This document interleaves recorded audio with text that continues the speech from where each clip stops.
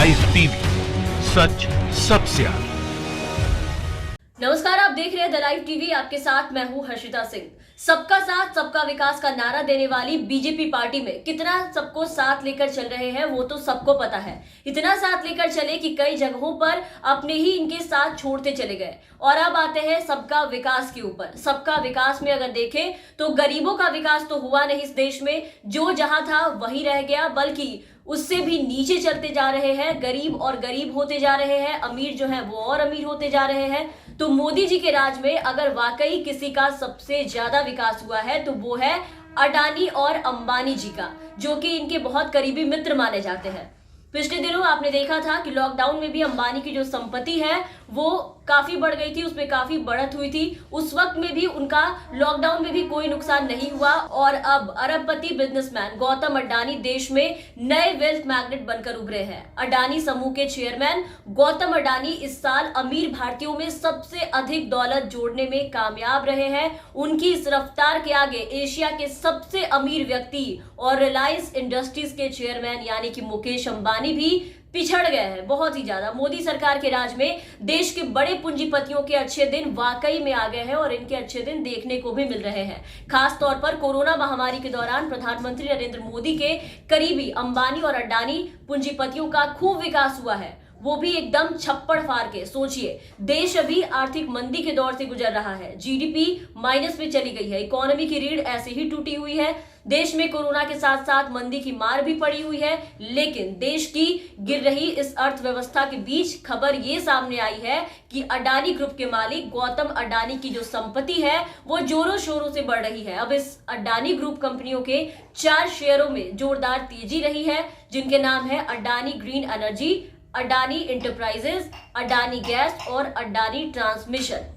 इन शेयरों में हुई तेज ग्रोथ के चलते गौतम अडानी की दौलत जो है वो बढ़ गई है। तो ऐसे में बार बार जो इन पूंजीपतियों की संपत्ति में बढ़ोतरी हो रही है उससे प्रधानमंत्री को लोगों के निशाने पर बार बार आना पड़ रहा है। इससे पहले भी कई बार पीएम मोदी पर देश के विकास के नाम पर अपने करीबी पूंजीपतियों के विकास करने के आरोप लग चुके हैं। सरकारी कंपनियों को निजीकरण करने पर भी आपने देखा कि सब लोग कैसे भड़क उठे थे।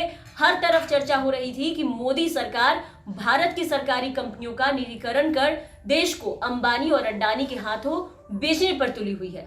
तो बुरे दौर से गुजर रही देश की अर्थव्यवस्था की वजह से भले ही आम जनता को अपनी आवश्यकताओं के लिए परेशान होना पड़ रहा है, लोग दाने दाने को मोहताज हो रहे हैं, कई लोग भूखे मर रहे हैं, लेकिन देश के कुछ अमीर ऐसे भी हैं जो दिन प्रतिदिन अपनी दौलत में इजाफा कर रहे हैं, उनकी खूब बढ़ोतरी हो रही है। तो एक तरफ जहां इस महामारी में भी पूंजीपतियों की दौलत बढ़ रहे हैं, वहीं दूसरी तरफ दुनिया भर में अर्थव्यवस्थाओं के ऊपर संकट के बादल मंडरा रहे हैं। इस बीच अब विश्व बैंक यानी वर्ल्ड बैंक ने चेतावनी दी है, कोरोना से उत्पन्न हुए हालातों पर चिंता जताई है।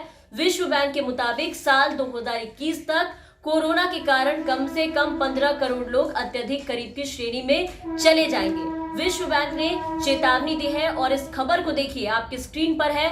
इसमें यह कहा गया है कि कोरोना ने इस साल दुनिया भर के इकोनॉमी को बुरी तरह से प्रभावित किया है, आर्थिक वृद्धि की गंभीरता को और चुनौतीपूर्ण बना दिया है, जो कि देश के लिए बहुत गंभीर समस्या है, जिसको लेकर के कुल मिलाकर के कहा गया है कि 2021 तक दुनिया के 15 करोड़ लोगों पर अधिक गरीब होने का खतरा मंडरा रहा है।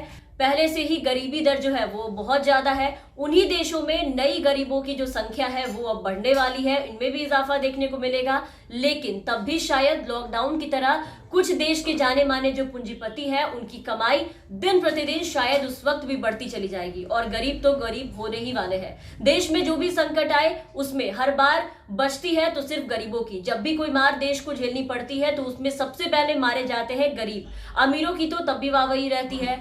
खैर, इन सब के बाद अब देखते हैं कि इस बार हाल क्या होते हैं और सरकार इससे कैसे निपटती है।